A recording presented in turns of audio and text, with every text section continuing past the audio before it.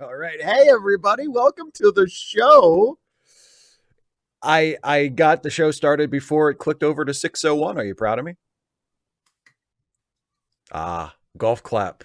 Thank you very much. Hi everybody, welcome to the show. Thank you for joining us.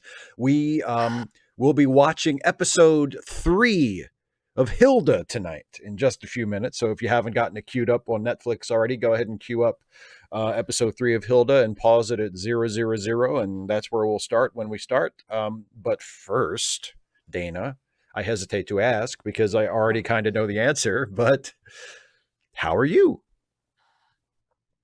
Well, it's possible that I could be worse. Found out today Wow. that at least one of my students is suffering from COVID related Yeah. pneumonia. Oh, yeah. That's just peachy. But at least it's not two students suffering from COVID related pneumonia yet. That I know of. Yeah. I mean, it's You entirely see? possible given the number. So, like, I went through, so I've got my planning period at the end of the day. So while they were working, I went through my rosters and highlighted people who just haven't been shown up. And then during planning, I went up to the office to call them because we don't have phones in our rooms. And all of there are one, two, three, there are 4 workrooms in the entire school. Our school has about 1,200 students, 4 teacher workrooms. Yeah. All of those phones are on a single line. So I go into the teacher workroom, pick up the phone. I have this busy signal. I can't dial out. How So is that even possible? Why? Like, that's ridiculous. I think so too, but it saves the district money. Oh, for God's sake. Yeah. That's Anyway, ridiculous. so what? But I just go up and say I want to talk to parents and maintain contact, and they're like, sure. Hey, so I got an office. It's kind of nice. Yeah. Inconvenient, but nice. So I start calling around, and I saved that call for last because I'd gotten an email from the parent, and I'm like, so I called just like, look, it's a homeroom kid. I don't even teach this kid. So I just wanted to call and say, hey, we're thinking about you. Yeah. You have somebody to talk to. You know, they go to church. They're connected with they have family in the They area. have a So they have social some circle and resources. stuff. Yeah. Yeah.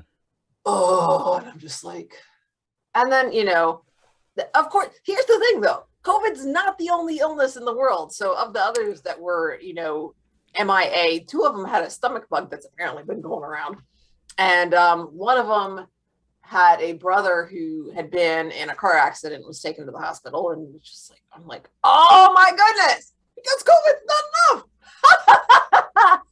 Oh God. I really think all the other diseases just need to chill out. Like, Honestly, until just, COVID just is all of over them. with. Just like Yeah. COVID, we've had enough. Let's just no disease for like 5 Yeah. years. Well, but None. especially, Or I mean, yeah, injuries. We're all invincible for 5 friggin' years. I would like for COVID to chill out too, but I mean, even as long as COVID is still like a major thing, all the other diseases just need to take a step back. Okay. It is not your moment. You need to just step back, give us a break. We have Oh, enough to hey, I deal just with got a with notification on my phone. Do you know what it said? Oh my God. Do you want to share? I have no idea. It could be You anything. really don't have any idea? Because it said we're Is doing a it, video. oh, okay. I was. We are. I hope so. Otherwise, I don't know what these yokels showed up for. I think Well, I that's meant. okay. Despite the fact that it's in the title, we'll get 2 or 3 people who show up. And what are we What are doing? they doing? They're not saying anything. They're not doing anything. They're just staring at the screen. I think I mentioned it a few streams ago, but I've always enjoyed the fact that for that even when it's your channel doing the live stream, YouTube gives you the option to set a reminder for the live stream, just in case I forget about my own live stream. But Well, anyway, honestly, if I ever start live streaming, that's going to be a feature that comes in. you're gonna be like, oh yeah, set reminder, hell yes. Oh, crap. I got to do the thing. That reminder needs to be pinging me at like 35 minutes before, 30 minutes before, 25 minutes, 5-minute intervals. Oh, Sarah's Scott, you can complain to us. We'll complain right back. I'm Yeah, doing plenty of complaining right now. it won't do any good, but we can complain about it. I come from a Yeah. long line of complainers, just so everybody knows. Yeah, sometimes you'll just kind of pass somebody in the hall and say, "Hey, how's it going?" They'll say, "Oh, can't complain." I'm like, Oh, you lie. Well, I got one over on you there. Let me tell you, because I can always complain. Oh, over 5P. That's awesome. I didn't know that. Cool. Well, I'll have to check that out. Da, da, da, da. Yes, and by the way, today is also Star Trek Day. So even though we are not doing any Star Trek related content on this channel today, because I didn't do a Star Trek video and we're watching Hilda this week instead of Deep Space Nine, no Star Trek content for Star Trek Day. But I just wanted to mention that it is Star Trek Day, and I am in fact wearing a Starfleet Academy T-shirt. So Instead at least of a there's Hilda that. Shirt? All my Hilda shirts are in the wash. I didn't time it. You changed your shirt a lot today, huh? Working out hard. Yeah, Pumping that iron. Yep, that was it. That was the reason. But yeah, well, today I am is celebrating with pear brandy. Good for you. You're celebrating Star Trek Day. Well, good for you. Yeah, let's say that. And the other thing is, because as soon as our stream is over, it'll be either time or almost time for wrestling. So I won't be watching any Star Trek for the rest of the day either. I did watch a little Star Trek earlier though, when I was doing my my hour on the stationary bike that I do every day. I watched an episode of Star Trek the Animated Series and then an episode of Star Trek Enterprise. So I did get a little bit of Star Trek in for Star Trek Day because I thought it would be wrong not to. Yeah. 255 AD. Yes, I live in the South where every place has air conditioning. In this particular room, the air conditioning vent is like right the heck there. So it's like you're in either the best or the worst seat in the movie theater, depending on what age you are. Yeah. So it's really not like I don't like being cold. I would much rather be like a little bit on the sweaty side than chilly at better all. Too hot than too cold. Yeah. Not really. I mean, logically, no. Because like you can always put more clothes on if you're cold. True. There is a limit to how much clothes you can take off. Yes, that's true. And unfortunately, legally, you're only allowed to take off less than that. Unless you're in the privacy of your own damn home. And you're not live streaming on a platform that does not allow it. As long as the frame line is right about here, I think you should be fine. Where it is. So like I could just, I'm not telling you to do that. I'm just polka saying. Dots on. It's a polka dotted dress. See? Super cute. Pizza! See? Oh, hey. Oh, I love that dress. It's cute. It's super cute. Nice color too. Yeah.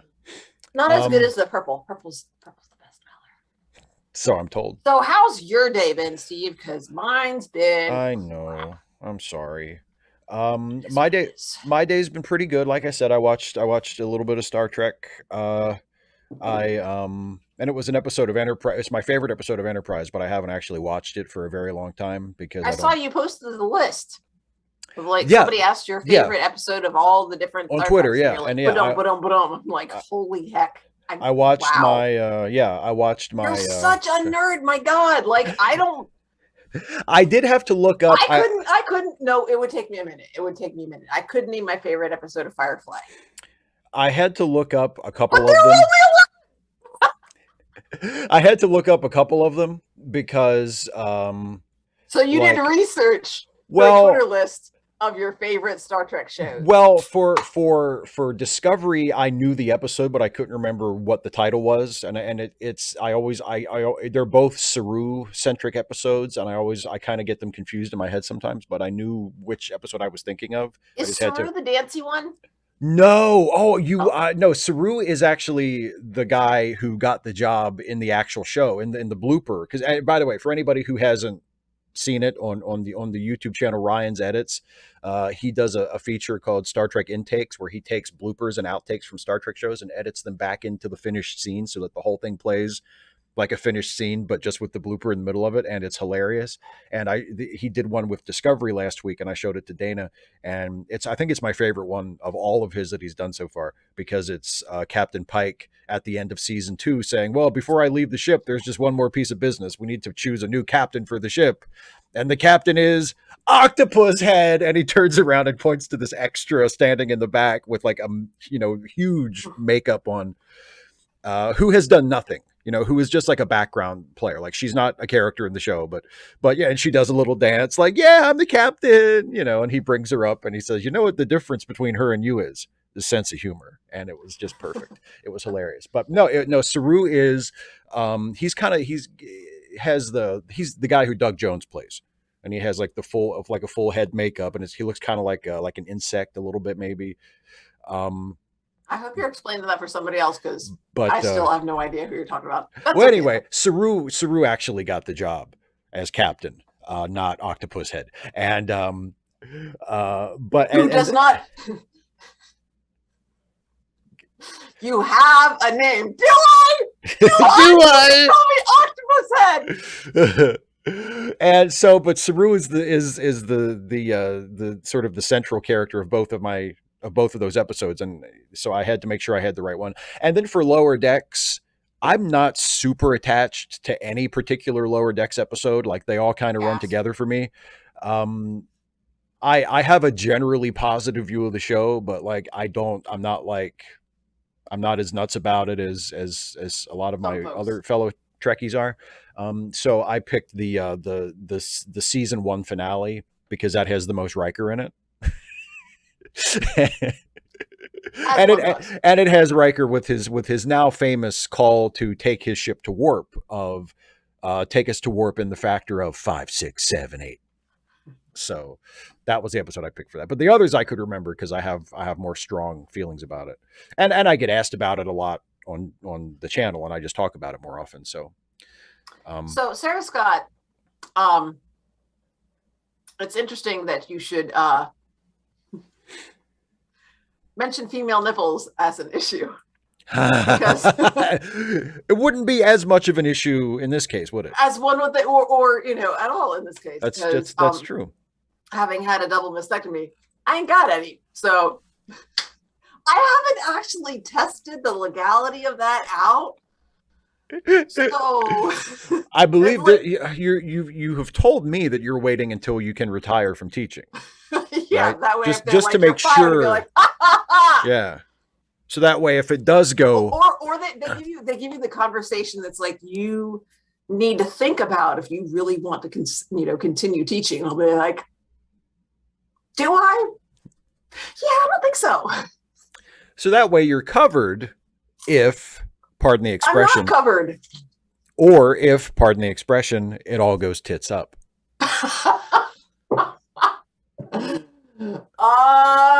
That one caught me off guard, and it shouldn't have. I'm glad I could help. Oh, Sarah, yes, it was about nipples. It was well, sort of nipples. Sort of. Oh, poor. Yeah, it was about not nipples. The lack thereof. The lack of nipples.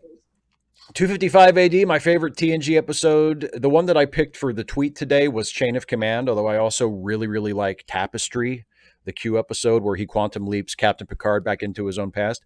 I like First Contact, the episode. I think it's a good episode. It's not one of my favorites, but I think it's a good episode. That's the episode where I think we can conclude pretty much positively that Riker definitely has sex with an alien in the episode First Contact. There are other times where it is heavily implied, but you're not sure. Positively that he pretty much definitely does. I mean, I think he definitely does. I mean, you don't actually see it. You don't see Riker going to town on an alien, but it is. I believe it is an unmistakable conclusion that does occur. Danny K, I don't know if you can post links in the chat or not. You can try. Give it a go. Give it a go. David, yeah, that's how I write him too. It's difficult for me, and when I do the photo comics, I will admit the dialogue I write for action figure Riker in that it's usually Well, It's you. it's me, but usually not only that. What I was going to say is, it's usually impossible for me to imagine Riker saying most of those things. Sometimes I try to think of it in Jonathan Frakes' voice to hear how it sounds, and it just doesn't work. You know what I mean? Like, it's so out of character. Um, but yeah. Oh man.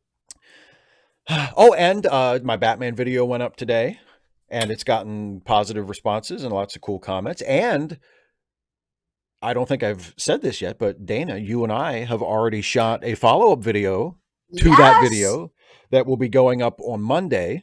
And then at some point after that, you and I will be doing a comment response video where we So will comment on that video. Quit comment on commenting on that. Steve's video about the animated series. Well, but Save it. we're going to do we're going to do responses to comments on that video too. But they're not commenting to me. No, but they're commenting about Batman stuff that you may have stuff. And I mean, I imagined that you were going to help me pick the comments. So, you know. All right. But yes, when the video with me and Dana goes up on Monday, leave tons of comments because we have lots of interesting things to say about. And also because I'm needy. Yes. You are you so needy. You love the comments. I do. In fact, I had a video go up yesterday. Yes, I bet. What do you want to bet? That your video from today has more comments than my video from yesterday. Well, I have a much larger subscriber base than you do, though. It's not really a fair comparison. You made yourself look foolish? Did you? Sarah, I think you're wonderful. I can't imagine you looking foolish. You are an amazing commenter, Sarah. And I got your comments right here, pal. No, they're not. They're not right there. They're on the video. Woo! Oh, thank you, Azalea. Says my Trek paraphrasing alone is worth the Patreon money. Well, I was writing a little bit of that earlier because I'm writing the Trek Actually video that's set to come out next week, which is about Wesley. Yes. Poor guy getting piled on like that all these years. Are you gonna? You got to use my bit. Oh yeah, about how it's about jealousy. No. The other one. The reason he's the one who gets dogpiled on. I thought it was because I thought that was what you said. That's part of it, but also because the female characters don't do anything noteworthy or important, so there's nothing to dogpile on. That's right. I do. So Wesley's like next in line. That is a good bit. Thank you. Yeah. But yeah, I think I'm 3 pages into it, so I have a long way to go. 255 AD. No, I think yesterday's Enterprise is a really good episode. I don't think it's overrated. I would probably put Depends who you talk to and how they rate it. That's true, but it's generally rated very high. I don't think it's over. I think it's an excellent episode, and it's a really, really clever way to bring Tasha back after like years after it's they that kill her one. off. Yeah, I know that one. The alternate. Yeah, it's like the alternate reality where Tasha's. Yeah, that. Yeah. Captain friggin' America over here. Yeah. It's a really good episode. And she actually has something to do. Yeah, I know. Unlike many of the episodes she was in when she was actually a full-time cast member, which is terrible, but yeah. Yeah, and it guest stars Christopher McDonald, better known as Shooter McGavin from Happy Gilmore. I eat pieces of shit like you for breakfast. You eat pieces of shit for breakfast. No. Yeah, no. He's not better known as that for me. I avoided Happy Gilmore. I think I watched it once, but I managed to just, let go of it. It's one of those things that I forgot, and I'm perfectly fine with that not being in my life anymore. It's got Carl Weathers in it, though, so I mean, it can't be all bad. Okay. Carl Weathers, okay? Apollo Creed. Yeah. Oh, I know who that is now. See, that's... Eye of the Tiger, Stallion. Eye of the Tiger. Didn't it all? Yes, it did. The Price is Wrong. Oh, that Happy Gilmore, yeah. Bob Barker kicking the shit out of him. Bob Barker. That's the one bit that I remember. Yeah, and the ball stopping right at the edge of the cup and Happy losing it and screaming at the ball, like, That's your home. Why don't you just go home? Are you too good for your home? Answer me. Nope, I don't have that. I'll take your word for it. Well, anyway. Yes, we're gonna watch some Hilda. Thank you, Sarah. Actually, it's about the time. 6:20. It's 6:20, so it's it's the time we usually start. So here we go, everybody. Hopefully, everybody Sometimes we go past that. We do. We're a couple of mouthy people, really. I mean, Oh boy, yak. Good Lord. Anyway, Azalea, I love Cause and Effect too. It's a terrific episode. Anyway, and so are the other two you mentioned, but Cause and Effect is a favorite of mine too. Anyway, so hopefully everybody has Hilda queued up to the very beginning, 000, and I will count us in from 3, and we will start watching Hilda. Are you ready, Dana? I'm waiting on you, dude. All right. What else is new? Here we go. Here we go, everybody. I'm trying to think of something, but I knew that was coming. Okay, here we go. In 3, 2, 1, play. Oh my goodness, Sarah, you're going to be behind because you were not prepared. And no, we are not skipping intro in case somebody is wondering. No skip intro. We're going to watch the intro. It's a good intro. Why would you skip it? It's a good show. Besides, the show is short. Right, exactly. There's the Woodman. Ah, yeah. My man. Yay! I like this one. Well, I like all of them. Oh, cool.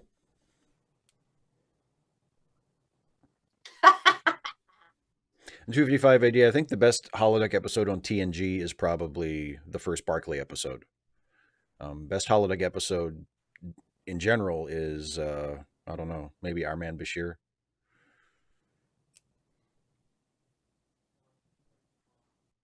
Or It's Only a Paper Moon. It's tough. Anyway. Uh-oh. Wait, what? A paper mill? It's Only a Paper Moon. Oh. Although It's Only a Paper Mill would be a good episode, too. I'm just saying. Mom, why do you have a shadow like a werewolf?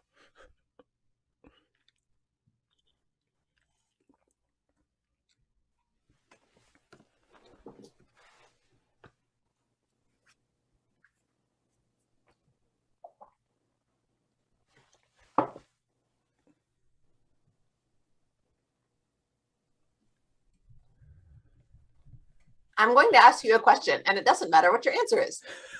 Exactly. It's an order that's cleverly disguised as a question.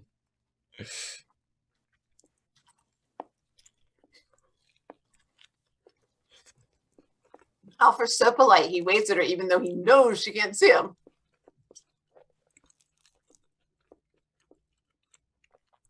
Or maybe he's just being a smartass.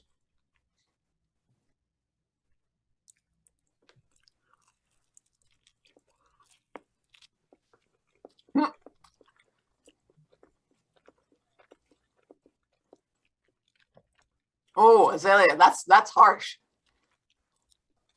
Yeah. Yeah, 255 AD, I would say the Worf Schumann brother one counts as a holodeck episode, and it's a good one. Oh, here we go. Shut my mouth. Go make some new friends on command.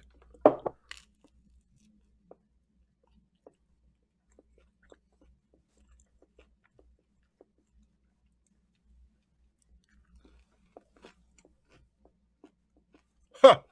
Famous last words. Sarah, you're so right.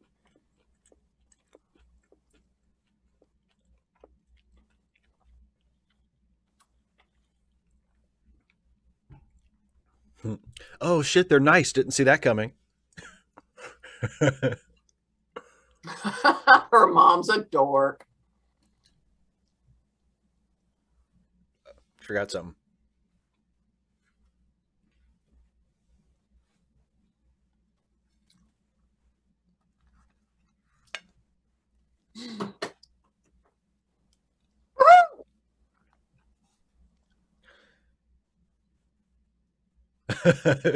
Hilda hasn't quite got the bit down yet.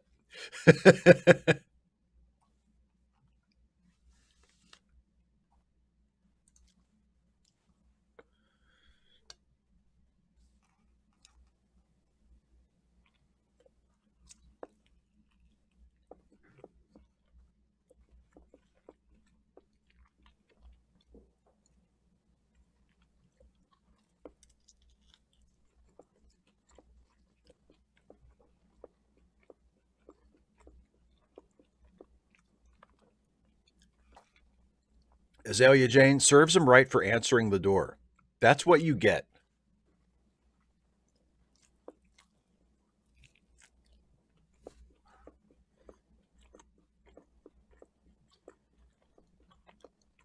You suck at this.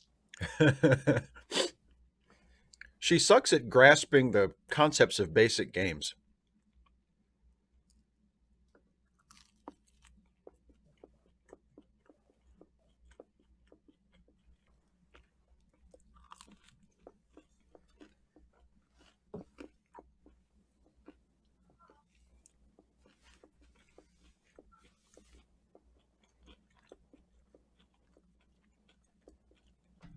Not nice.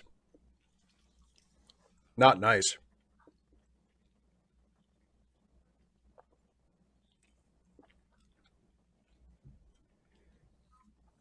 Not nice, but good aim.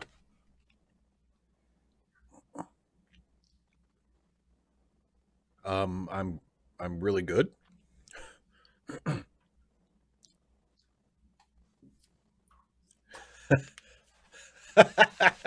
Did that bird just talk?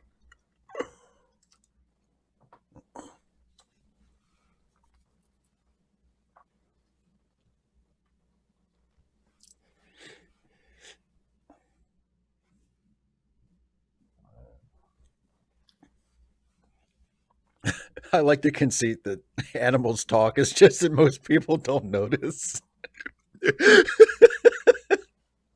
I also love the fact that the kid that hit it is the one who heard it talk, Yeah. and then nobody else believes him. And now he has to suffer. Yeah. Make him suffer.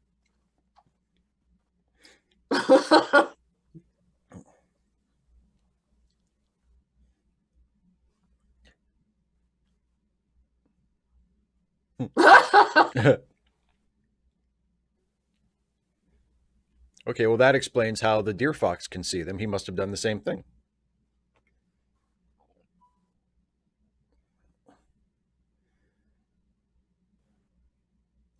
Hello.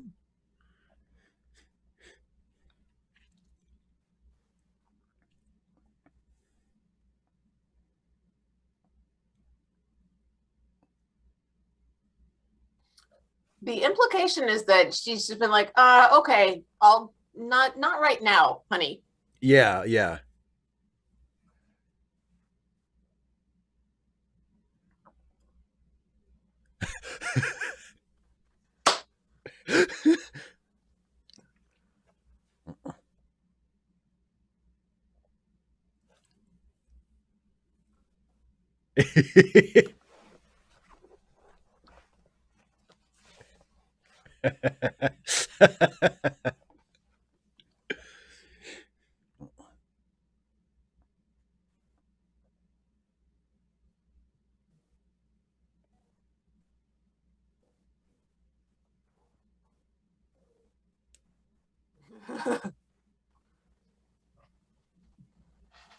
Vale, who doesn't see a statue of a bald bearded man with a cape? I Who mean, doesn't, I don't. or maybe who doesn't love grammar? Very true. And if they don't, they should. Indeed, says the English teacher.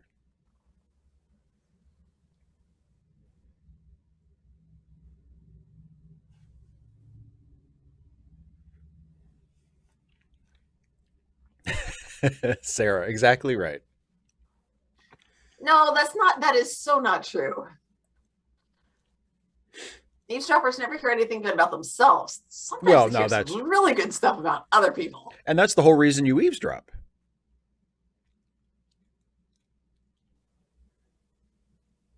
Throwing rockets, I'd be like, damn, those some resourceful kids. I wouldn't mess with those kids. I'd be like, ah, okay. I'd probably say something to them. I'd probably yell at them. I think my response would depend on the age of the children. And it would depend on whether or not there were like other adults around. Yeah, if there are other adults, by the way, stop before you cross the street. Probably should have told you this before. Oh well.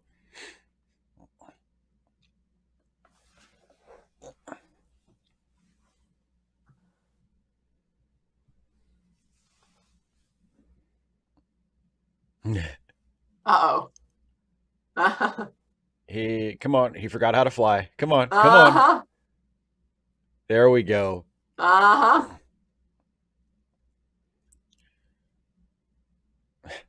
Sarah, holy shit, that is a horrible story.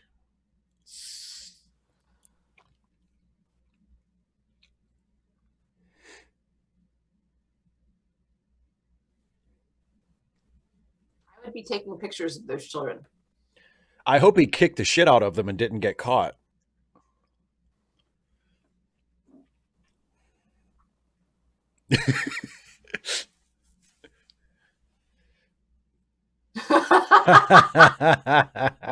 Fair point. I think it's pretty poignant that the only memory this bird has is of a statue that you know he just remembers shitting on. I mean,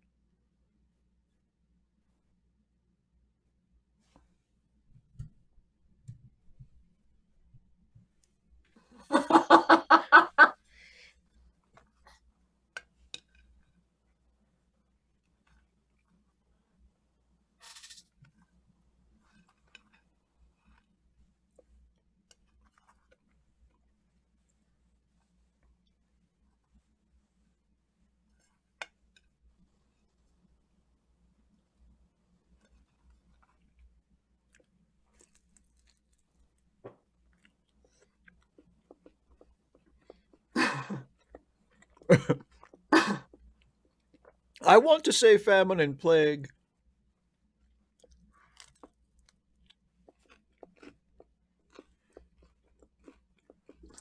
Sarah, it's supposed to be weird. It's an episode of Hilda. Weirdness is kind of in, like, that's a part of the gig.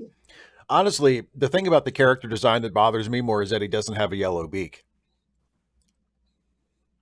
He's a What? raven. Don't ravens have yellow beaks? No! They don't? No! Well, don't yell at me. I'm not yelling at you, I'm yelling at your ignorance. Wow.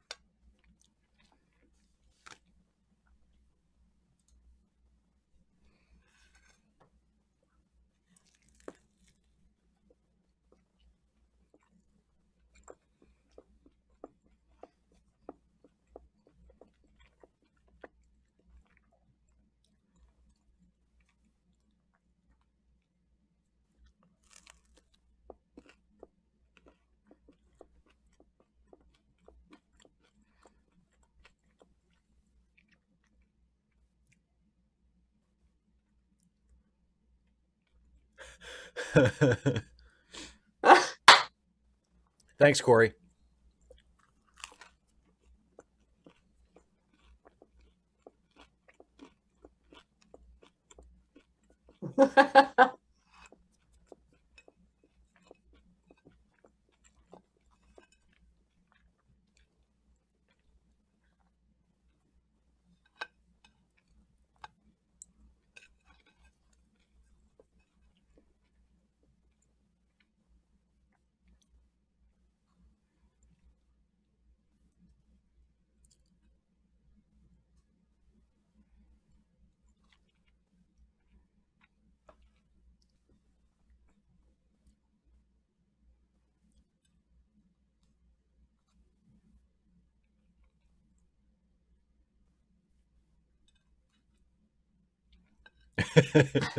The entire city is less interesting than a rock. I love it. But it's close. But it's close. At least now. Happy Trekiversary, Snake Pit Cat.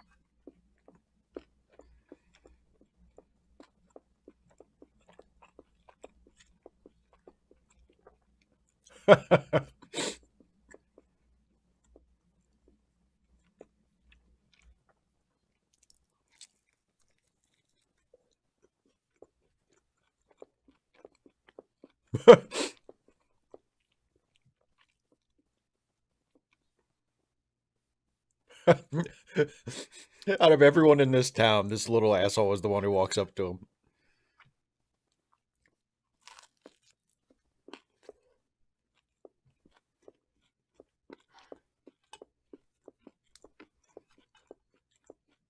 See, that's the nice thing to 5580. I don't have to worry about that. I mean, I would be more worried that the kid was acting out from having a horrible parent who like abused them and such. Uh-oh.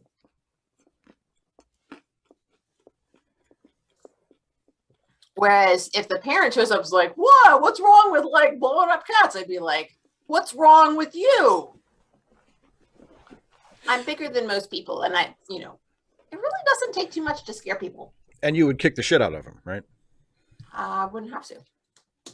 Well, it's not about have, it's about that you get to. You get to. Only once I'm ready to retire, Steve. That's true. We have to remember that. And especially, it's even better then, because then they get beat up by this nice little lady.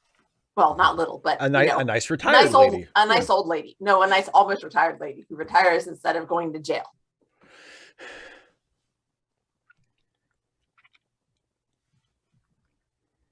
I just wish you weren't such a weirdo.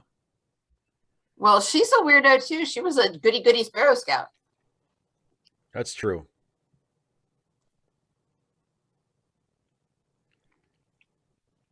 With them. Yeah. With those particular children. I mean, really, the artwork is. Oh yeah, it's lovely all the way through. Like. And those who don't, I would help them.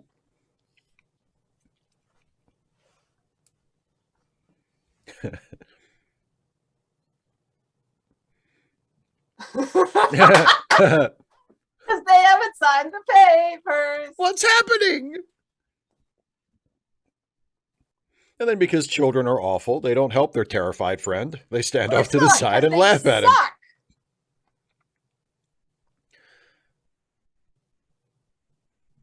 So are you. He hasn't reached that level of insight yet.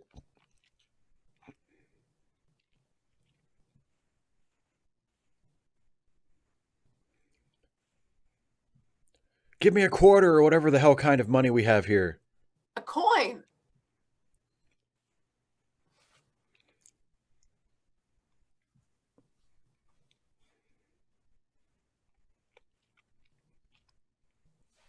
It's right down there.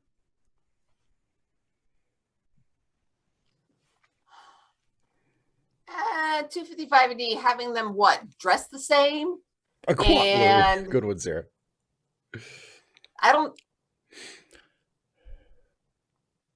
Yeah, essentially, pseudo-military is really a stretch to 5580.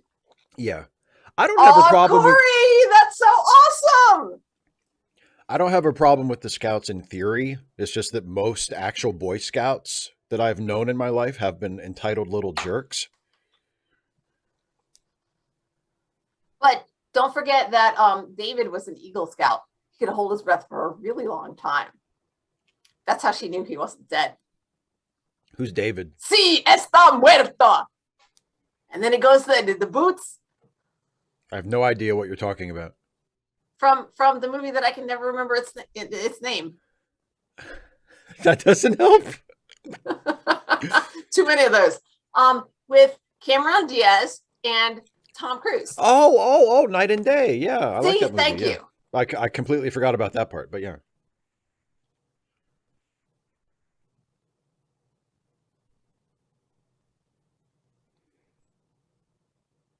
I am impressed by her hat.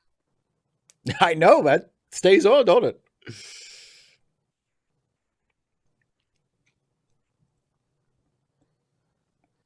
See, he inadvertently saved the day.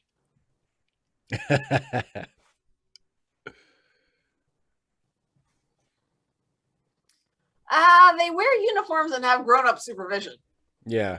Although, I mean, I guess there is. I don't remember, like, do they have a hierarchy, or is it just about, you can earn, there's sort of more prestige with having more badges? I mean, in real life, sure, there's like different levels of scouting, I guess, but they're not hierarchical, because it's not like an Eagle Scout gets to tell the other scouts what to do. It's just like a level of achievement. It's a different level of achievement, yeah. I mean, having never been a scout, I couldn't tell you. My little brothers were in Cub Scouts, though, and like the older ones didn't get to tell the younger ones what to do, although that might have just been because they were munchkins.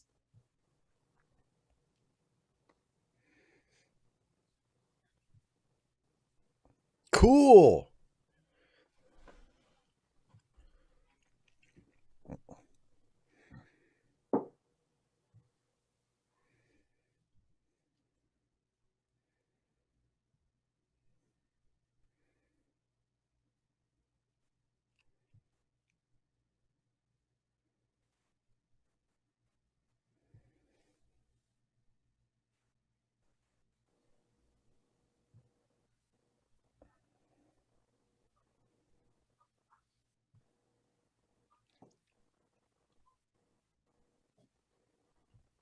Oh, just wait.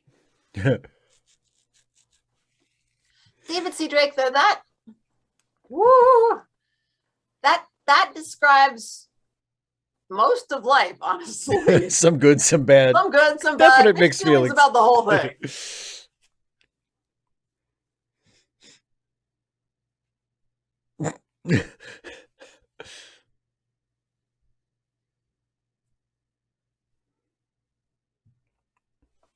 David, you're going to be an Eagle Scout one day and learn to hold your breath a long time.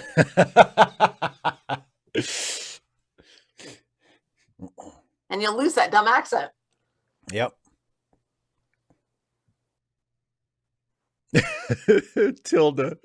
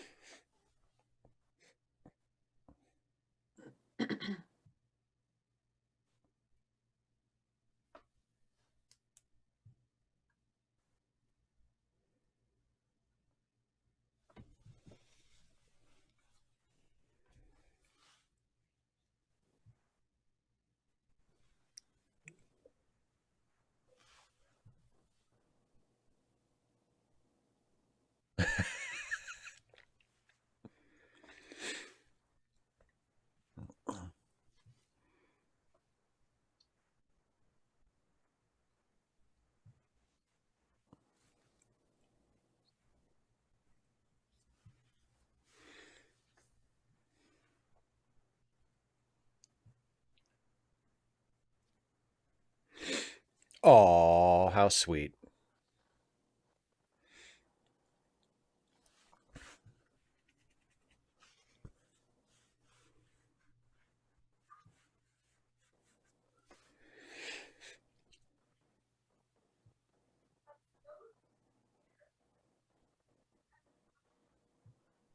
The end. It's just so nice. Well, there we have it. That was a good episode. That was a good episode. I will say, though, even though I did like the episode and I do, really like the show, parades are the worst. Parades are the worst. Parades are the biggest waste of time that we routinely sit through as a culture. I do not get the appeal of parades. I do not understand people who watch parades when someone they know is not in the parade and they're not just watching it as a favor to them. Basically, if you're not a parent whose kid is like twirling a baton or something, I don't understand why anybody watches a parade. If you're not a parent whose kid is standing along the parade route waiting for candy. Yeah, shitty candy. Really? Shitty parade candy.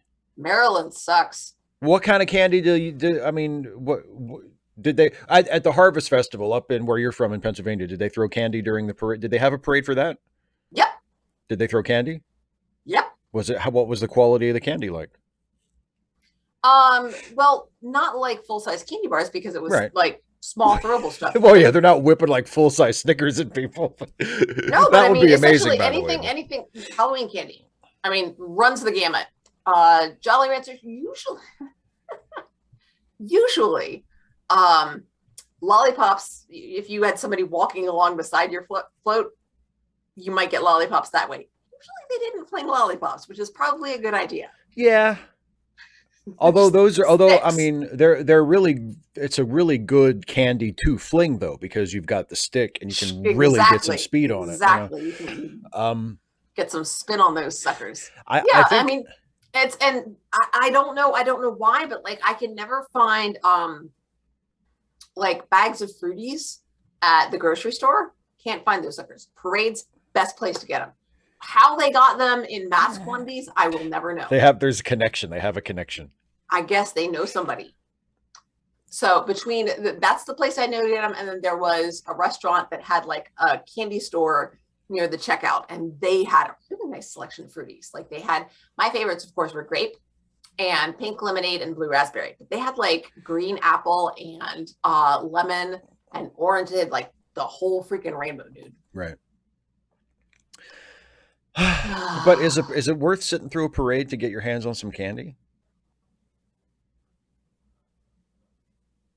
It depends how long the parade is and the amount of candy that you get. I mean, I guess you just never. It's like Halloween. You never know. You knock on somebody's door, you don't necessarily know what the quality of the candy is going to be. This reminds me of our conversation that we had a while back about parties. And your rationale for attending parties was also food based. Yeah, food and which to which I said I can get those things at the store myself whenever I want them.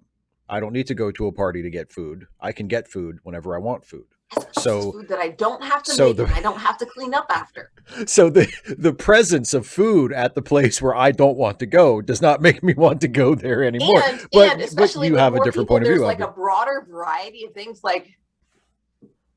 Jeez. Like to make, like if there's like a Christmas party and they're going to have brownies and cake and pie and different kinds of pie. Different kinds of pie, Steve. But just go to just go to a bakery and get any kind of pie you want. And then it's all yours. Yeah, but then it's going to go bad before I have like the pecan and the pumpkin and the apple and the cherry. I can eat. I remember this argument. I remember this argument. It's the different, the sampling of the different kinds. Little bits of all different kinds of things that I like. It's still for me personally. With alcohol, though, with booze, one of the nice things is it doesn't go bad. So you can, bit by bit, you can build up a shelf of having different kinds of things. Whereas with pie, it goes bad. You got to eat the pie in a reasonable time. Got to eat the pie. Yeah. Danny K, I have lots of faith in myself, but I know that limits do exist. And when you go past them, it's not pleasant. And Dana, can I just say, I still have faith in you.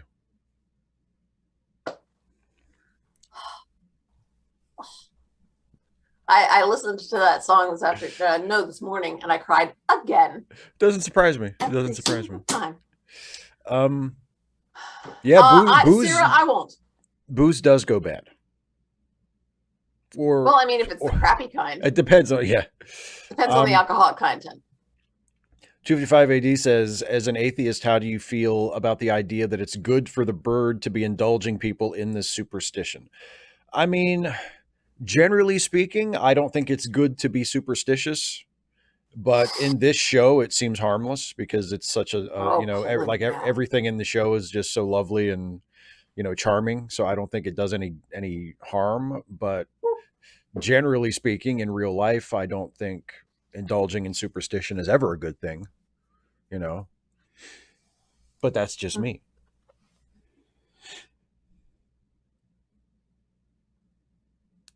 Danny K, according to Pulp Fiction, wine goes bad.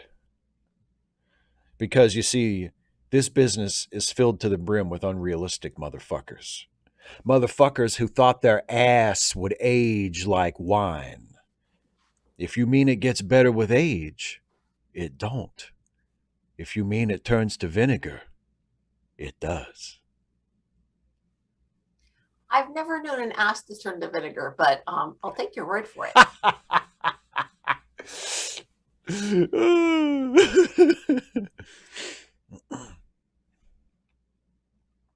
Oh, Sarah, that was supposed to say old booze. Okay. Yeah, see, exactly.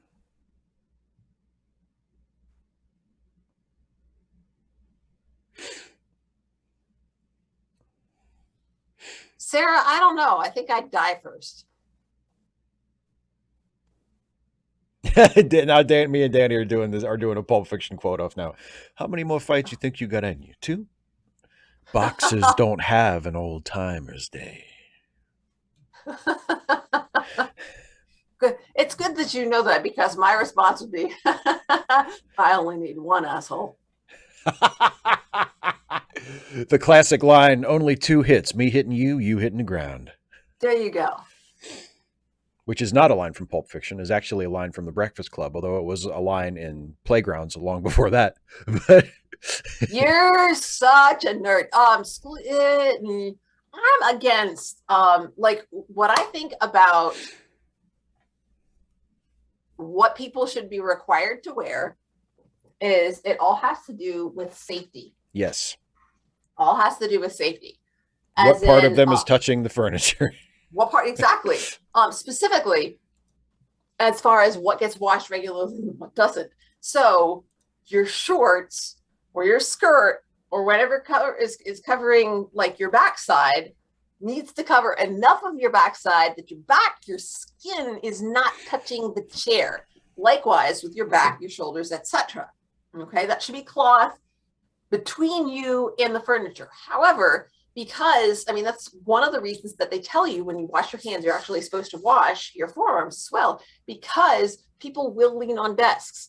And that surface, well, I mean, now it is. Like we spray between classes, we sanitize. But like typically, you can't rely on things like doorknobs. Doorknobs are germ factories. So you're not expected to go around all the time wearing gloves, but you are expected to wash your hands. I don't think it's a societal expectation in America that you wash like your back and your midriff and your thighs multiple times a day, like a dozen or so.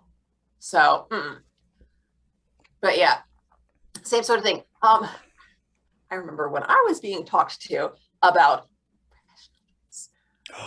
one of the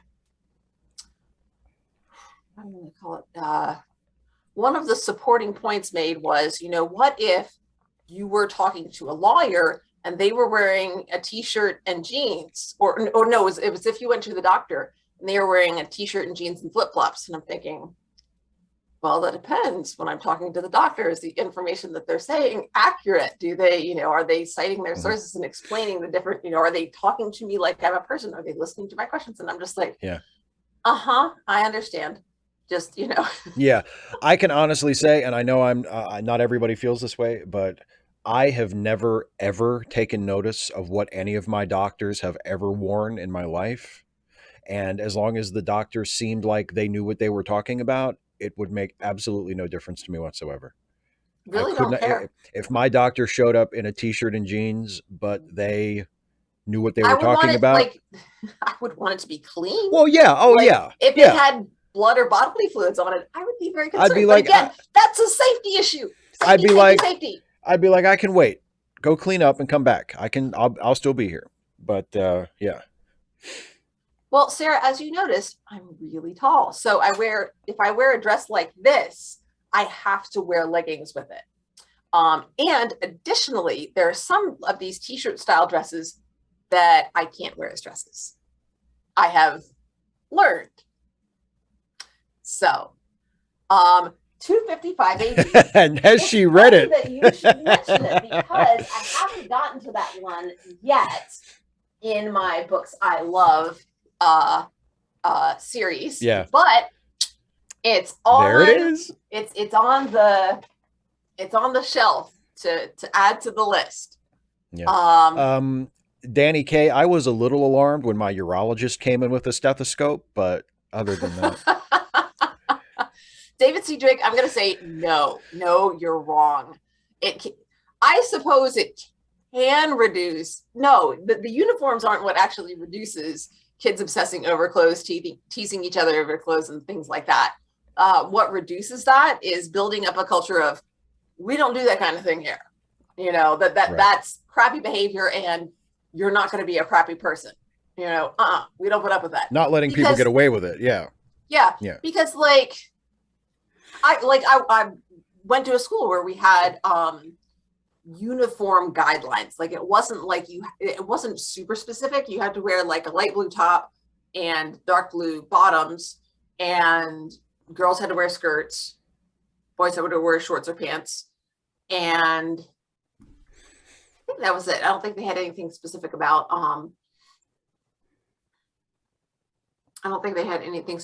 your shoes. You had to wear a collared shirt unless you wore the school's t-shirt, if I remember correctly. It's been a long time. Now, Sarah, that's not true, because a ball gown is by definition a full skirt, and a tank top is not. Everybody knows. So yeah, no, gosh, is it The Hate You Give that talks about that? But yeah, rich kids, their uniforms are like tailored so that they fit in a certain way. And then of course, how far you roll your skirt, like you wear your uniform skirt to school at the correct length. And then you tuck it and roll it and pin it and stuff there's all sorts of things that you can do. The socks that you wear, that matters. And the shoes that you wear, the shoes definitely matter. And it's very, very rare that school is going to go any further than saying you have to wear black or brown shoes or whatever. Also, I learned from a friend of mine when I was at college that, what was it? Mary Janes reflect up and pearls reflect down. I was like, what? She's like, Mary Janes reflect up and pearls reflect down. That's why at a Catholic school, if you're a girl, you can't wear pearl necklaces or Mary Janes, because apparently they're reflective and boys can use them to look down your shirt or up your skirt. I'm like, that's baloney. Okay. But whatever. Good on your dad, Sarah. I will say, now that I'm older, now that leggings are like so much better developed, that that there's so much more variety, pockets on leggings. Yes, I'm digging this skirt and legging thing. That is my go-to thing. Yeah, 255 Oh gosh. But yeah, the whole professional dress is incredibly classist. Actually, I don't have it right here with me, but one of the things that we're going to talk about tomorrow at the Chattanooga Social Democrats Socialist Night School discussion group is on Black feminism. One of the things they bring up is the sexism and racism in professional dress. And I was like, that always struck me as highly classist. I think it's less sexist than it used to be. Steve, yeah, and of course there's also the dude with the great legs, Steve, that you showed me. Yeah. Yes, that was a Tumblr post. I don't know if any of you guys have seen the guy with the great legs. Apparently his wife was sexually harassed, and the company that she worked for said, well, she shouldn't have been dressing so provocatively, and she was wearing like a blouse and a skirt that went below her knees. Yeah. And there was nothing unprofessional about her dress. And so he started wearing heels and skirts to work as a way of saying, you guys suck. Also, he's really got great legs. He does. He's got the legs for it, for sure. Yeah. He's stacked. Yes, he is stacked. And I mean, just the way that he walks, and I mean, he's easily wearing 4-inch heels. And so, I mean, he had to have been practicing for a while, because it changes your center of gravity, not like up and down, but you're more shifted forward because the weight is on the ball of your feet instead of like more centrally. Yeah, Sarah. Yeah, committing crimes or just being unkind, whether it's legal or not, I don't care. You know, what you wear shouldn't be a reason for that. It just shouldn't. And by the way, Sarah, I believe after the 3-parter is over with Deep Space Nine, I think we're going to watch the Invasive Procedures, which is, I believe, the next episode after that. Because I've always liked that episode, and it guest stars John Glover, who is one of my favorite character actors. So I couldn't skip his episode. I think that's the only episode of Star Trek he ever did. So I'm not skipping his episode. Let me. Lionel Luthor on Smallville. Oh, okay. I was like, I know that name. Why do I know that name? I don't know that name. I know Danny Glover. Not the same guy at all. Completely different guy. He's been in tons of stuff. I think if you I remember Lionel Luthor, but Lionel Luthor is probably his most high profile, like long-term role, but he's been in tons of stuff. He's always great. Yeah. And he was the I forget his name now. But the man, the Jason something, but the mad scientist who creates Poison Ivy in Batman and Robin. Oh, and is one of the few actors in the movie that seems to know what movie he's in, and so he just completely goes for it. Like does he look like he's having fun? He looks like he's having a great time. Because like when it's it's the first scene with him, or not the first scene, but it's after the where he auctions Bane off to the terrorists, and then Pam like confronts him, and she's like, "I'm going to tell everybody what you're doing here, and the world's going to know, and the authorities are going to find out." Blah blah blah, and he says, something like, "I understand that you're upset. You make a good point. However, I've never been very good at taking rejection. I'm afraid you'll have to die." And he delivers it just like that. And it's perfect. It's like, for that stupid movie, that's the perfect delivery of that line. Because he gets that he's in a cartoon. And he's like, I'm just going to do it like a cartoon. But yeah, and Corey, he was so good because in Smallville, Lionel Luthor was basically Lex. Like Lionel Luthor was in the role that Lex Luthor would normally be in a Superman show, and he was great. He was great. 255 AD says, "Do you think caring about what other people wear is an indicator of a conservative mindset?" I don't know. I think there are people from across the political spectrum that maybe care about what other people wear a little too much. Or judge other people based on what they wear, in ways that are unfair. We talk about it's on my channel in my characterization lesson. Which that's right. Yeah. That's I have 5 ways you can tell what kind of person somebody is. And the first one is actions. The second one is speech, which is kind of an action. It's and then I think the third that I have them do, and usually they pick up, is appearance. And we talk about what I call chosen appearance versus natural appearance. And what I tell them is, how many of you guys dressed yourselves today? I did. I picked this dress out. It looks cute. So those are choices that you made. Hopefully, one of the factors involved in that choice is that the clothes were at least some degree of clean. That they belong to you instead of somebody, or you at least got permission from whoever you're borrowing them. But 255, I'm getting there. In a judgmental sense. So like when you wear something that has like your favorite band on it, or a character that you like, or what kind of t-shirt are you wearing, Steve? Starfleet Academy. Gee, imagine that. Established 2161. NASA. See, so those what does that tell you about me? Those are choices that you made. And I happen to know, Steve Shives, that you sold that patch onto the hat. I did. Uh-huh. With my So own hands. It took me with 4 your own hours. hands, and that shows, that shows that that's effort and it takes time.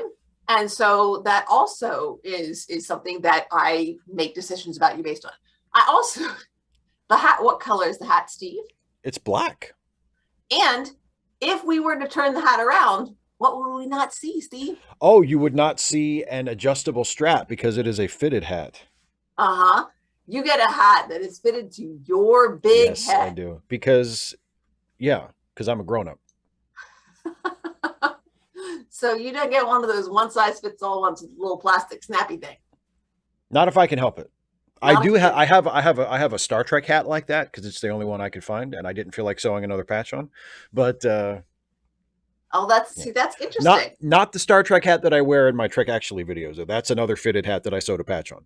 But like I have a Star Trek hat that I use when I guest star sometimes in Jesse Gender's videos as a Mm-hmm. character. I wear a Starfleet hat with like a Starfleet emblem on it, and that's just like a fitted hat. And my justification for it is, well, it's part of his uniform. It was probably issued to him. So, if it's a shitty Uh-huh. And hat, so if it's one of those one size ones. Yeah. yeah, exactly. If it's a shitty hat, then that's just part of the uniform. So yeah, yeah, uniforms have bad hats. Whoever asked about uniforms, that's yet another strike against uniforms. They have bad hats. The hats suck. So like, so yeah, if I think that Star Trek is a poorly written show, and that being a fan of Star Trek shows that you have bad taste in storytelling and you're a nerd, Right. then I might accurately, in this case, judge you as a nerd. You very well may. So, but there are other things, and we talk about there's it's not just a one or the other necessarily, it's a spectrum. Things like your bone structure. You got no say in that. I mean, I'm tall, Sarah. I mean, you're short. Not as tall. You are tall deficient. Excuse me, what was that? I was coughing. Uh-huh. Sure. Cough. That's what they all say. Anyway, but like and then there are some other things like hairstyle. And your clothing and your hairstyle you can change pretty easily, but hair color is something that you can change, but it takes a little bit more effort, time, and money to do than changing your hairstyle or changing your clothes.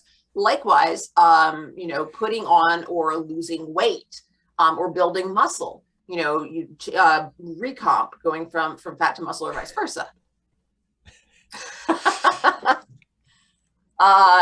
Short people got no reason. Oh, Short people got brutal. No reason.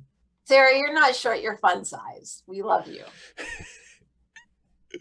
So anyway, yeah. But there's a spectrum. Like, changing your hair color is more challenging than changing your hairstyle, and changing like your body composition is more difficult than changing your hair color, but it's not impossible.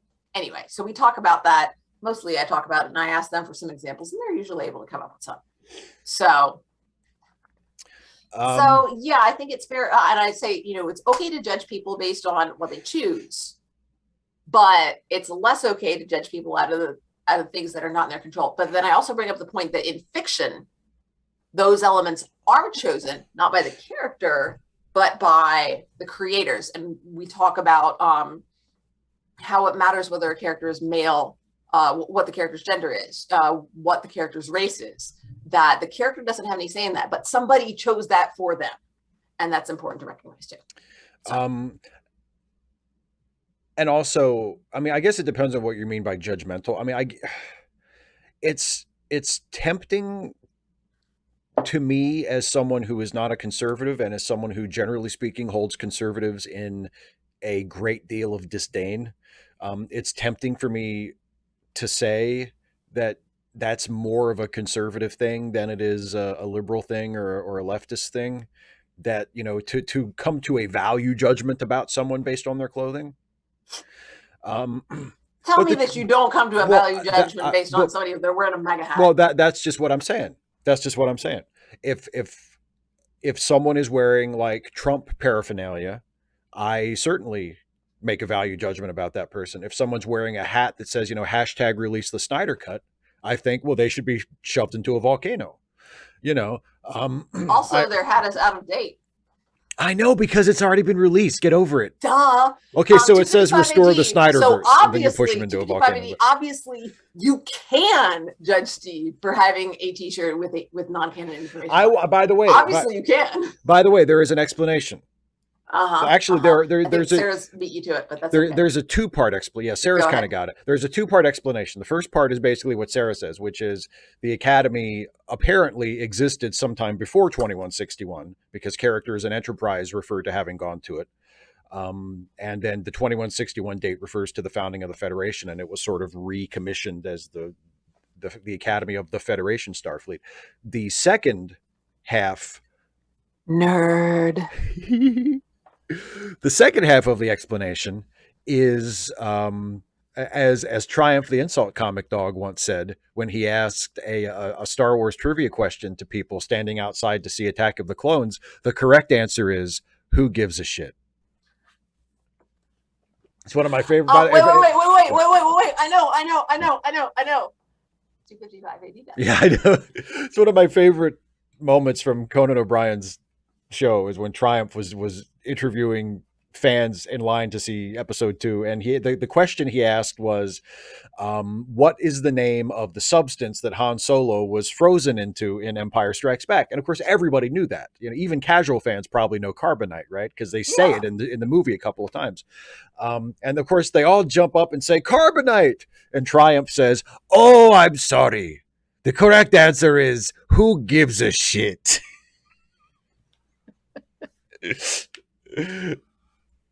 And the question you should have asked is, do you realize how disappointed you're going to be?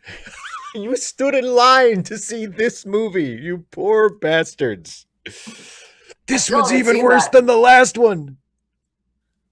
First of all, bless your naive, hopeful little hearts that after episode 1 you came out and got in line for another one of these. And like camped out. I can understand it. Like if you were 6 for the first one, bless. Okay, yeah. 255 AD. Make America Great Again on the front and 1491 on the back. I like that. 21 gigawatts. Gonna go back in time. Great Scott! By the way, speaking of Paul Rudd, Sarah mentions Paul Rudd saying that when they were all trying to pronounce the name of Thor's hammer, and Paul Rudd said its name is Jonathan. If anybody who has seen the new episode of What If that came out today, really, really good episode because Paul Rudd is hilarious in it. They give him so many one-liners and jokes, and he nails them all. He's terrific. It's a really solid episode, and because it's such a funny episode. So there you go. So full disclosure, I don't know that I've ever mentioned this before. Nobody really cares, but I'll share it with you since you're like a movie nerd and you care about these kinds of things. Please. I get Paul Rudd mixed up with the guy from. I know the name of this movie. I can come up with. You're gonna get it. I can get it. The Cutting Edge. Oh, DB Sweeney. Yes, DB Sweeney. See, you said the name and then I knew it, but it was hard enough to get the title of the movie. I guess I can kind of see that. I never really put them in the same category, but I can kind of see that. Yeah, that makes sense. Now that you mention it, it makes sense. No, the guy Sarah mixed up with the guy from Anchorman. No, the guy from Anchorman has a mustache. Duh. Oh shit. Doesn't he? Yeah. I think. I haven't seen Anchorman, so I'm. Is Steve Carell the only one in Anchorman who doesn't have a mustache? A bunch of them have mustaches in Anchorman, but aren't there any women in Anchorman? Christina Applegate's in it. Does she have a mustache? Yeah, no, she doesn't have a mustache. Like I said, haven't seen the movie, so I mean, she could, wouldn't know. And notice that I didn't ask if there were any women in the movie. I mean, they gotta have a love interest, right? Yeah, and Sarah, yes, Jesse was not lying There are zombies in it. Yeah, there is In something about Anchorman? in well, yeah, in Anchorman. No, in this week's episode of What If. Quite a few zombies, actually. Quite a few What if there zombies. were zombies in Anchorman? That I needs to be something in the I think it. MCU. I mean, I think it would be pretty funny. You I'll know take what your was word for I it. well, I mean, you know what one of my favorite zombie movies, and one of the few successful attempts at doing a zombie movie as a comedy is, of course, Zombieland. And one of the funniest lines in that is when they find Bill Murray, who is playing himself. And Bill Murray is not a zombie, but he has survived the zombie apocalypse. And somebody, I forget how it comes up in conversation, but somebody mentions Eddie Van Halen. And Bill Murray says, "Oh, I saw him the other day." And they said, "Well, how was he?" And Bill Murray goes, "He was a zombie." Yes, Sarah. Shaun of the Dead is another one. Shaun of the Dead is I think Shaun of the Dead is probably is a better movie than Zombieland, but I was thinking of Zombieland because of Anchorman for some reason. But Zombieland, Anchorman, they kind of rhyme. they do. Maybe that's it. Same syllables too. Zombieland, Anchorman. Mm-hmm. Somebody should write a song. That should be a line when if Billy Joel ever makes additional verses to "We Didn't Start the Fire." That should be a rhyme. Nope. No. No. I went to Zombieland. Wow, well, you've got that song on the brain. Ew. It's been a while since I saw Anchorman. There you go. The movie made me smile. Nice. Nice. Oh. But seriously, so actually, yeah, y'all, as far as how my day has been, it's been pretty crappy. Not completely. Today's English lesson went well. And I released the survey to ask a professional YouTuber. Whoops, released That's the my survey, bit. Hey, shut it. I released my Ask a Professor survey to the students in my SAT, ACT prep class, and had them, since small class, and some of them don't care.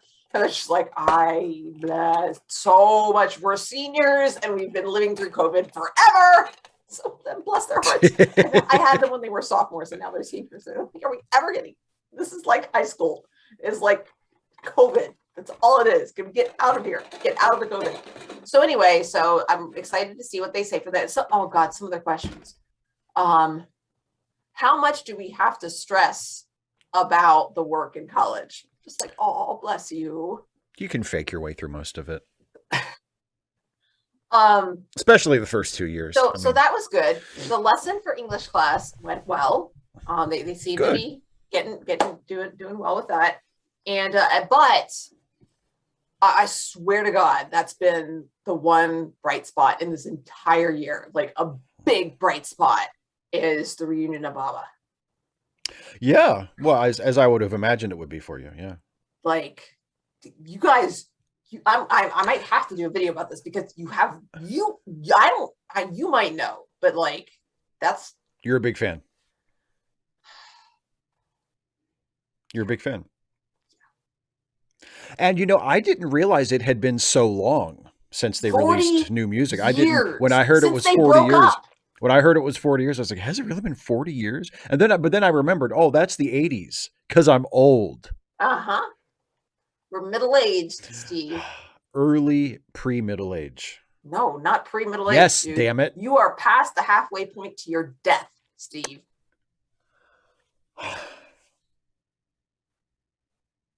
Memento mori, folks. All right. Fine. Okay. Death comes for us all. Yep. Da-da-da-da. On little cat feet. No, that's the fog, genius. Oh. My God. Sorry. Thanks, Sarah. You know how you're nearly twice my age? Yeah, thanks. Not necessarily. I mean, it's River. depending on when your birthday is. Like you could have been 12 in like 12, 13, 13, 14, 15. Yeah, maybe. depending on when your birthday is. Gracious.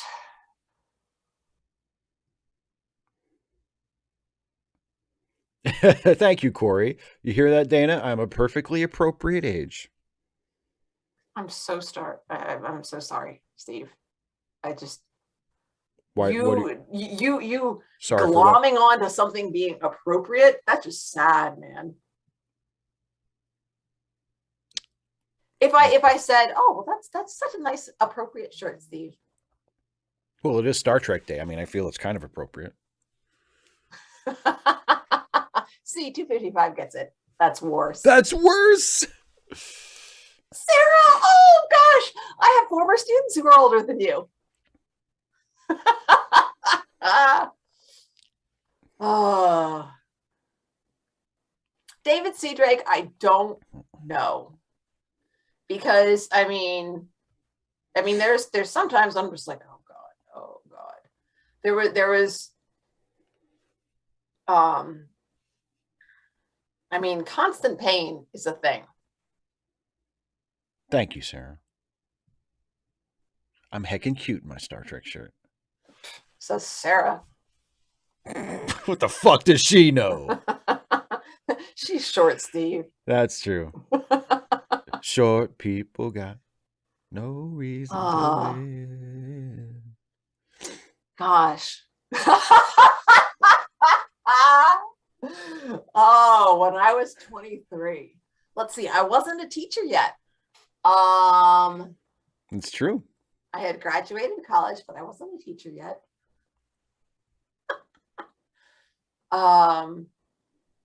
Did I even? I think I was still working for the doctor, for the chiropractor at that time. Were you? When you were 23?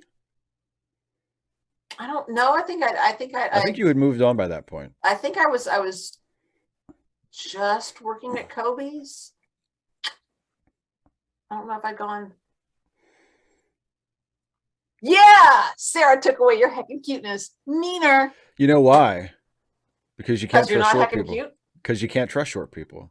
Oh. Ooh. Because they got grubby little fingers and dirty little minds. They're gonna get you every time. I don't want no short people. Oh. Sarah, now this is an excellent point. Neither one of us had a master's degree in physics when we were 21, so that's Jesus Christ, that's impressive. A master's in anything at age 21 is pretty goddamn impressive, since most people don't even have their bachelor's yet. Don't they? Oh, I guess not. No, you get your bachelor's at 22. Yeah. Usually. Unless you're the dancing queen. Go to college and, party at 17. Of course, then, yeah, you don't graduate at 21. No. But you will be having the time of your life.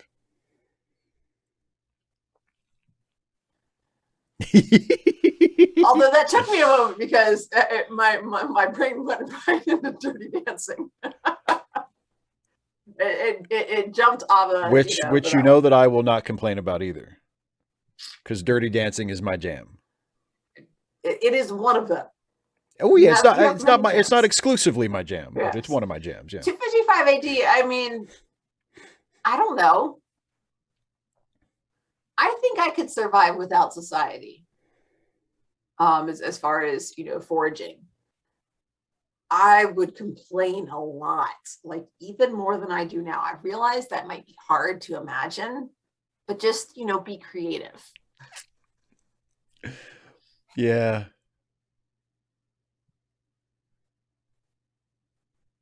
Yeah, Sarah, it is. There are a number, depending on where you go, there are a number of programs that'll sort of streamline it. If you say going in that you want to get your master's or even go on to your doctorate. Like in education, a number of my colleagues have their EDSs, their educational specialist, which apparently is like in between master and doctorate. Didn't know about that, sucker. 255 AD, that's not true, because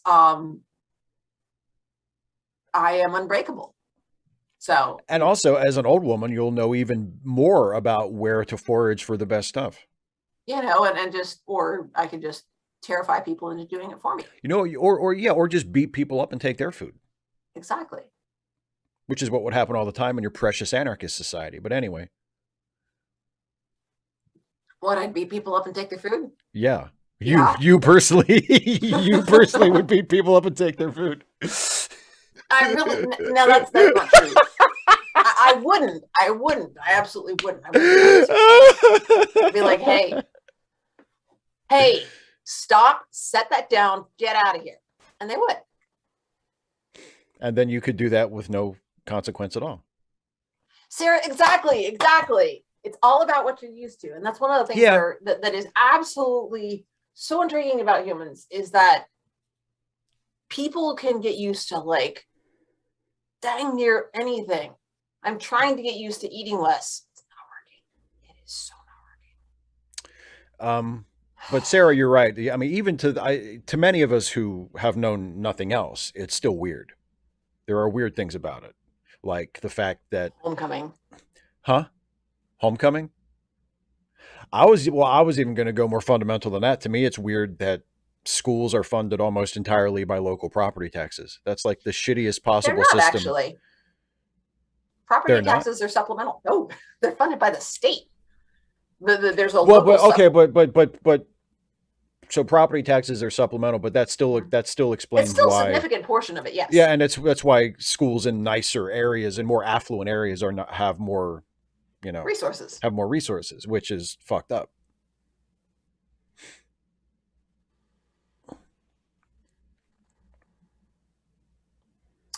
Do you have any here? Yeah. I was thinking Fury Road too. I was thinking Terry Pratchett. Also, not The Road. Are there women in that one? Huh? Are there women in that? I remember one woman in it. Okay. There are definitely women in Fury Road, though. Oh yes, including Furiosa. Who, yeah. I was going to say she's the title character, but not quite. But has a couple of syllables in common. Just call the movie Furiosa. There you go. Would have been fine with me. Mm-hmm. Or just give her own spinoff, which I think was rumored a few years ago. I don't think anything ever happened with that, but.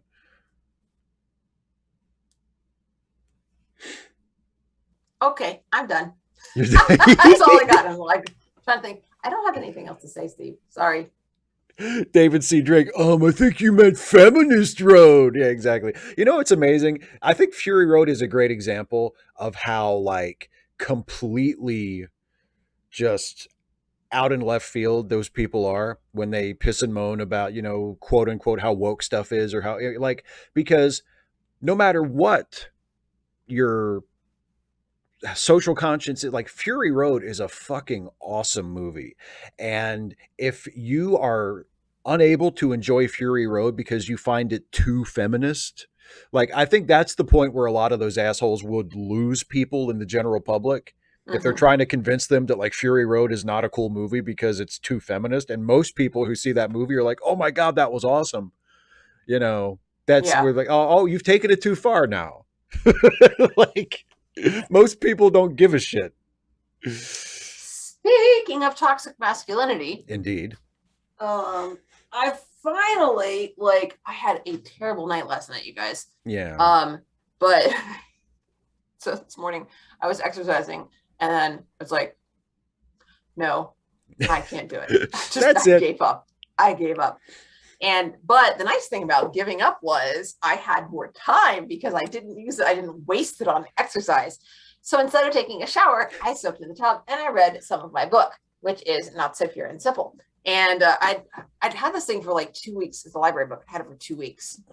And I'd be like, I should read this. It's got almost 4.5 stars on Goodreads. And I'm just like, people really say it's good. And I'm just like, I was on page 3. Speaking of which, so yeah, it actually does start, chapter 1 starts on page 1. And I'd gotten to page 3 and I'm just like, I could not I can't think. Yeah. Like I can't. I'm having trouble watching movies and like television shows. Right out. Like the what if thing is good. It requires a little bit too much attention, but at least they're just it's just an episode. Yeah. It's just an episode. It's not This like a whole this whole continual, yeah. season arc thing, no brainy, no brainy. Yeah. But then like because I'd just gotten up and I'd had some caffeine and I had an exercise, I was like, okay, brain okay now. So I soaked in the tub and I read the book and then I was like, I have to stop. Why do I have to stop? I'm not tired. I don't need to go to bed yet. I'm like, wait, it's not bedtime. Is it bedtime? It's not bedtime. Why isn't it bedtime? Well, because I just got up. Crap, I gotta go to school. Oh, I have to go to work. Oh, that's it.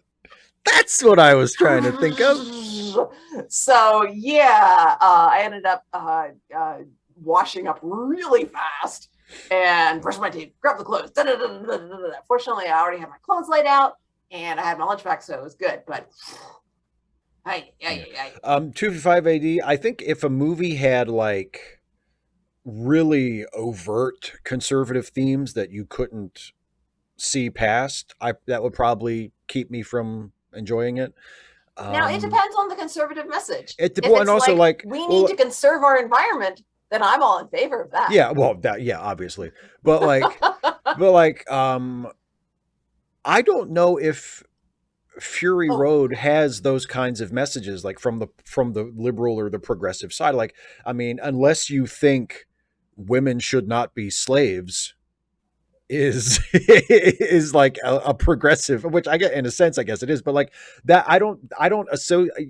That's not like a partisan political message. Like the it does have feminist themes. It it does have themes about women's women can be liberation, badass too. huh? Women can be badass too. Yeah, exactly. It's girl power, baby. Um, but yeah, I mean, it is literally about women's liberation because it's about women liberating themselves from slavery. But I mean, but I feel like there is there is an apolitical way of reading that, so that you don't feel like it's preaching any particular viewpoint at you. It's just the premise, because there's lots of westerns that have similar themes, um, but About women liberating themselves from patriarchy. yeah, sometimes, or There's women, lots of westerns that have that. or women being liberated. Yeah, No, no, sometimes it's not always no, sometimes no, it's not always the no, women that is liberating themselves. different. That is a huge Okay, difference. fair enough, fair enough. But and you see, Corey has an example that I hear talked about a lot, that I think I might do a video about at some point, about the Dark Knight. A lot of people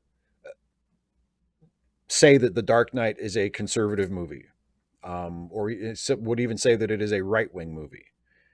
I I understand what people are saying when they say that it can be read that way. I don't think that is the intention, and I don't think that that is what the movie is. I don't see the movie that way. And I think a lot of that depends on whether you believe that the movie is, how you think the movie feels about what the characters are doing. And a lot of that is open to interpretation and open to your own judgment. Yeah, but at the same, no, I would go for. I think it's enough to say that the movie can be read that way, and here's why. Yeah, it can, Because but that's a different statement from the movie is intended to be read that way, and right, that's or just that a different thing. it is inescapably, of a coming from a particular viewpoint, because Yeah, they're like generally it's pretty widely accepted that it's perfectly fine to have multiple different takes on the same oh subject sure, or the same work. it's inevitable at a certain point, especially for works that are open to interpretation like that in terms of their political themes. But like, because like I know a lot of people, the most of the conservative readings of the Dark Knight strike me as pretty shallow. Mhm. It's, well, Batman does surveillance like the Bush administration did. Okay, that's a little glib.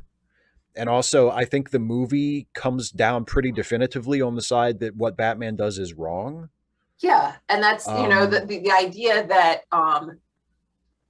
good intentions can lead to doing bad things Well, is very not conservative. And also, there's a one of I think one of the best lines in the movie is from Two-Face near the end when he is sort of, it's Two-Face and Commissioner Gordon and Batman who have been sort of like the central trio of the movie, and now Harvey has become Two-Face and it's shattered the trio, and he says to Gordon and Batman, "You thought we could be decent men in an indecent time, and you were wrong." Um, but it depends whether or not you think the movie is telling you that he's right. Yeah. And I don't think the movie is telling you that he's right, because right before that scene, there has been a scene with the last scene with Batman and the Joker that makes exactly the opposite point. That people are capable of being decent, that people are capable of making the morally right choice, even if it is at their own risk.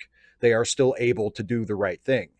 And that's, that's how Batman beats the Joker. Not just because he beats him in a fight, but the Joker is proven wrong. The Joker wants to prove that, like he says to Batman in the interrogation scene, these people with their morals, they'll drop them at the first sign of trouble. And at least in this one particular situation in the movie, that turns out not to happen. Yeah. So, it depends on how you weight things and what you interpret is the movie's position on the things that it is depicting. But I don't read it as a conservative thing at all. I read it in certain way, depending. I don't know how much of this was intentional, and I don't know how, but you can just as easily, you can read it as a rejection of cynicism, as a way, as because Batman eventually, like one of Batman's last lines to the Joker before that part of the movie ends is, "What were you trying to prove? That everybody's just as ugly as you?" And that is refuted. Well, yeah, and that's refuted. Like if that is what the Joker's trying to prove, he's wrong.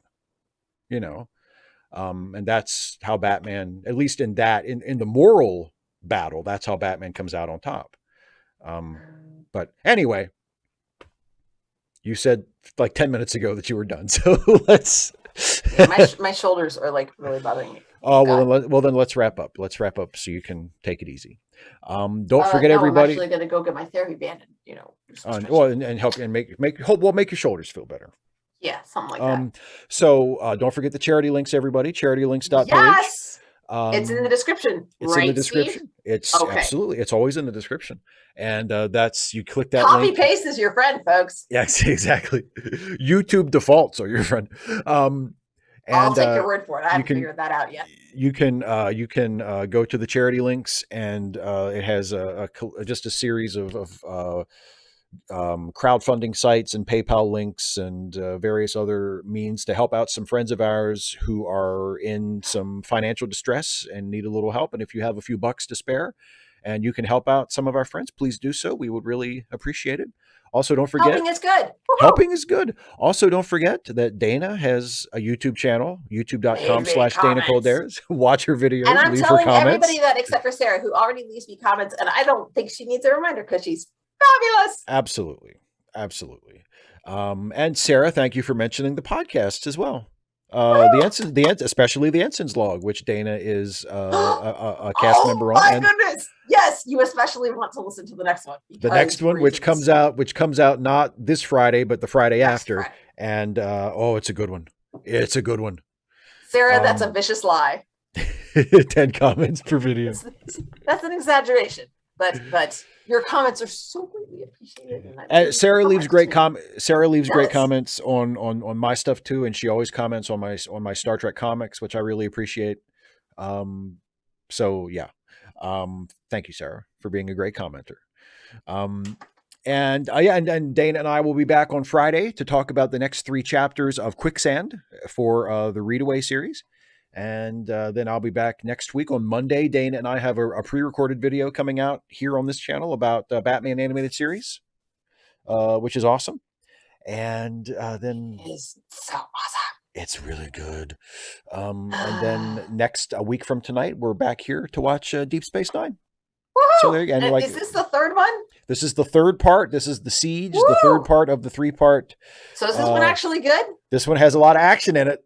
It's action packed. Oh no! Does that mean there's like a lot of fighting and blood and guts? People's limbs being hacked off? No, it's not. No. Oh. No. There is some fighting. Oh, one of the books on my TBR, which I don't think I've actually put on hold. So many books on hold. Is the Wear the Blindfold book. What is the one? It was a movie with oh God, why can't I remember her name? Annette and Speed and Miss Congeniality. Sandra Bullock. Yeah, I kept calling it with Sarah because yeah. I've been talking about Sarah. Dax and Kara of Romantic Getaway. Now, see if it was all about that. That would be awesome. Oh, is it Bird Box? Yes, that's a book. So I've heard. I saw the Netflix movie. I never read the book. So I've heard good things about it, but people are saying the book is really freaky. I was like, oh, okay, well, I'll read the book then.